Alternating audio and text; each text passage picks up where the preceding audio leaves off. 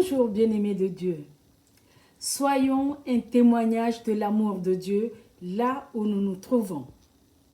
Pour être un bon témoignage de l'amour de Dieu, il est important de comprendre cet amour, de le verbaliser. En quoi consiste cet amour? Notre passage de méditation de ce jour vient de 1 Corinthiens 13, 4 à 8, qui donne la description biblique de l'amour véritable selon Dieu. L'amour est patient, il est plein de bonté. L'amour n'est pas envieux. L'amour ne se vante pas, il ne s'enfle pas d'orgueil, il ne fait rien de malhonnête, il ne cherche pas son intérêt, il ne s'irrite pas, il ne soupçonne pas le mal, il ne se réjouit pas de l'injustice, mais il se réjouit de la vérité. Il pardonne tout, il croit tout, il espère tout, il supporte tout. L'amour ne meurt jamais. L'amour est un attribut de Dieu, un aspect essentiel de son caractère, de sa personne.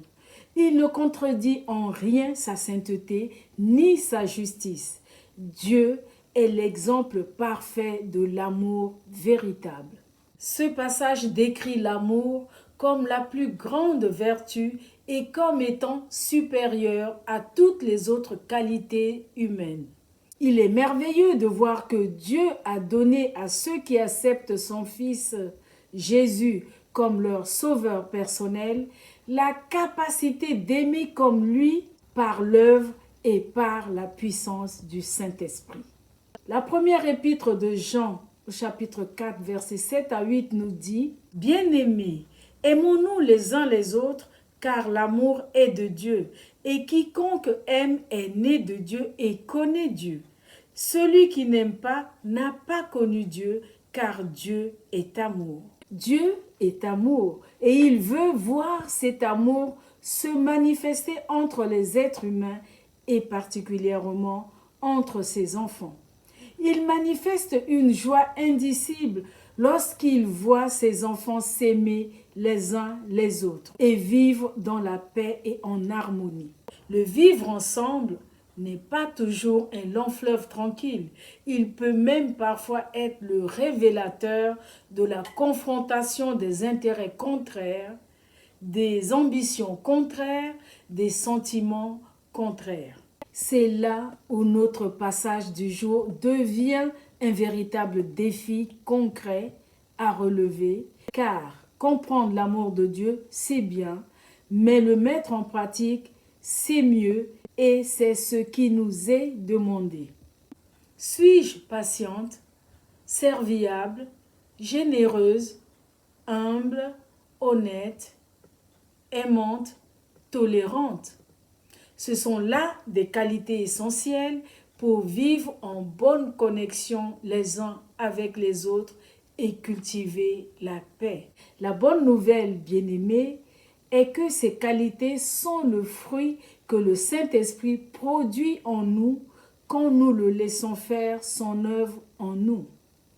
Le Seigneur nous met en garde de ne pas nous bloquer et nous concentrer sur les mauvaises actions des autres, ni de nous réjouir des conséquences négatives qui pourraient découler de ces mauvaises actions.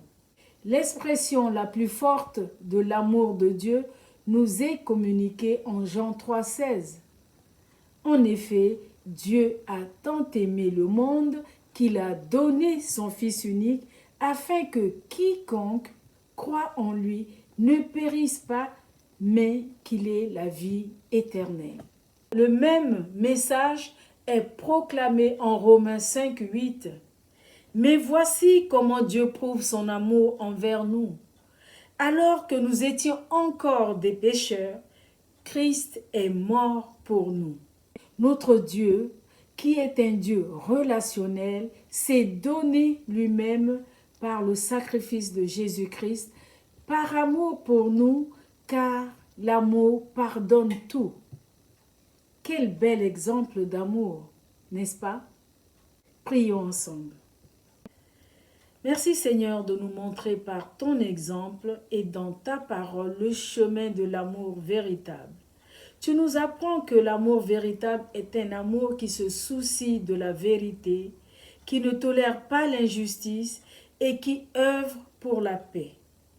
Aide-nous par ton Esprit Saint à atteindre ces qualités qui sont essentielles pour vivre en harmonie les uns avec les autres, afin d'être de puissants témoins de ton amour.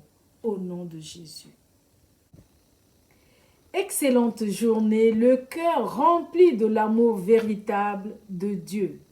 Soyez tous bénis.